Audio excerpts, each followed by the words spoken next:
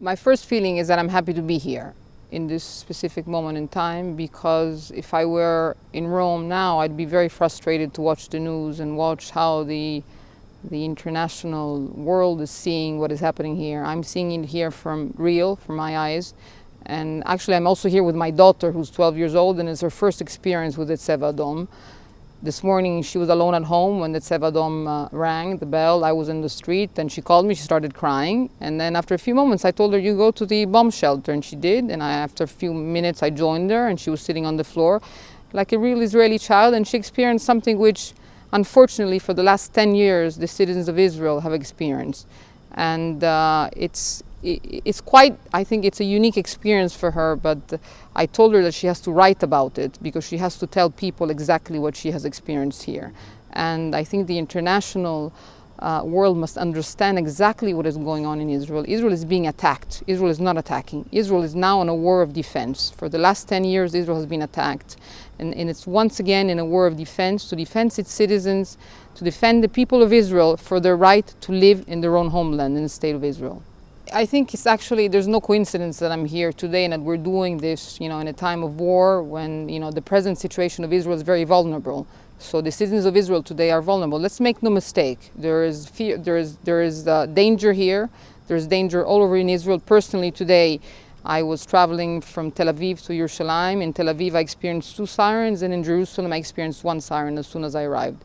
So we are here to speak about the future. Because we think about the future, we always go ahead, Atid, while we're experiencing a very difficult present. I know that we're going to come out of this operation stronger, more united, and the fact that we are here in what is going to be in a new student village of Ayalim is, I think it tells what the state of Israel is about. The state of Israel is about people wanting to go to difficult places because they want to change these difficult places. When we talk about Tikkun Olam, this is also Tikkun Olam. They want to make Lod a better place, and they come here. The students come here and they study here, and following that they will come here with their families because they want to develop Lod into make it part of not only the periphery of Israel, but making it part of central Israel, thinking that here we're only a 15 minutes drive from Tel Aviv. Tel Aviv and Lod. There's a big difference, but I'm sure that in the medium term, having students, hundreds of students coming here will develop this city into a better place for the entire state of Israel. And what is also unique is that you're looking at, behind these new homes, which hopefully are going to be ready in the next few months, are built in hangars. So you see here Tikkun Olam, you see here future, and you see here innovation. I mean, this is, all that what represents the state of Israel in a moment where we are in a state of war. So within the course of 24 hours, the state of Israel went into a war of defense. But then again, even in times when we are in war, we think about the future and to develop the wonderful state that we have. On Tuesday, I was going to a meeting in Tel Aviv, and at around 12 p.m., Danny calls me. We were supposed to actually meet. We were supposed to have a ceremony here in Lod. He called me and he says, Yoki, obviously the ceremony in Lod is cancelled and I am going to Miluim. So Danny, together with Matan and many other people involved with Ayalim, some of them are in fact in Miluim. They're in the border of Gaza now. Who knows where they are, because I've tried to call them for the last 3 days and obviously there's no answer in his phone.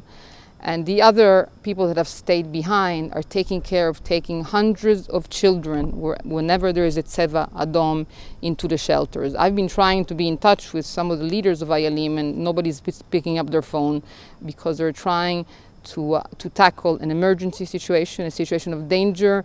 And these students are actually making a difference in these towns because they're helping the population. They are doing what the entire Jewish world is doing today. We are uniting as one people to help when there is need. And I urge that all our leaders, our donors from around the world join the efforts of Keren Hayesod in this emergency solidarity campaign to help the citizens of Israel overcome this difficult time and to come out of this strengthened.